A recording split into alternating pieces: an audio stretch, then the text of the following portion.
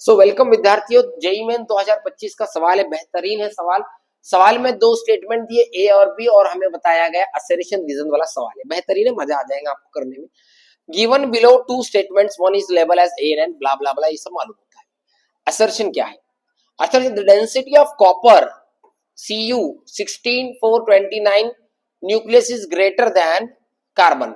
Basic भाषा में बोलूं तो कार्बन का डेंसिटी न्यूक्लियस का डेंसिटी की बात कर रहा है, ये ज्यादा है, सॉरी कॉपर का ज्यादा है कार्बन की कंपेयर में। ये पहली बात। दूसरी बात क्या बोल रहा है? The nucleus of mass number A has radius proportional to a raised to 1/3। In the light above statement choose the most appropriate. Okay चलो, कोई दिक्कत नहीं।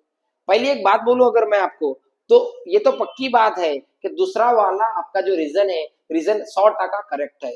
तो कहां आपको रीजन करेक्ट दिख रहा है बेटा? आर इज नॉट करेक्ट, ये भी कटा।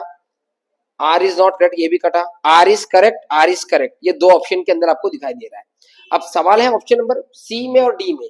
डी में बोल रहा है both A and R is correct, और सी में बोल रहा है A is not correct, R is correct.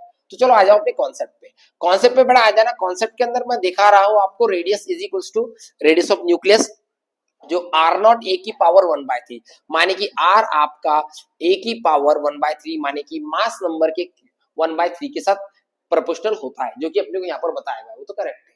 अब ये इसके बारे में अगर डिस्कस करें अपने डेंसिटी।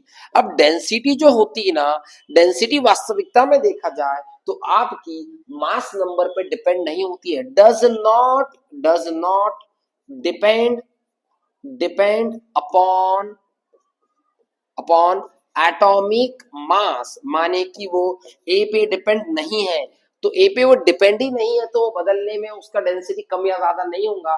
दैट्स वाई यहाँ पर ये जो बता रहा है कि असरेशन ऐसी की बात, ऐसी कॉपर की ज्यादा है, तो दोनों की लगभग लगभग सेम ही रहेंगे। That's why A is incorrect, माने कि नॉट करेक्ट, और R is correct. Option number C.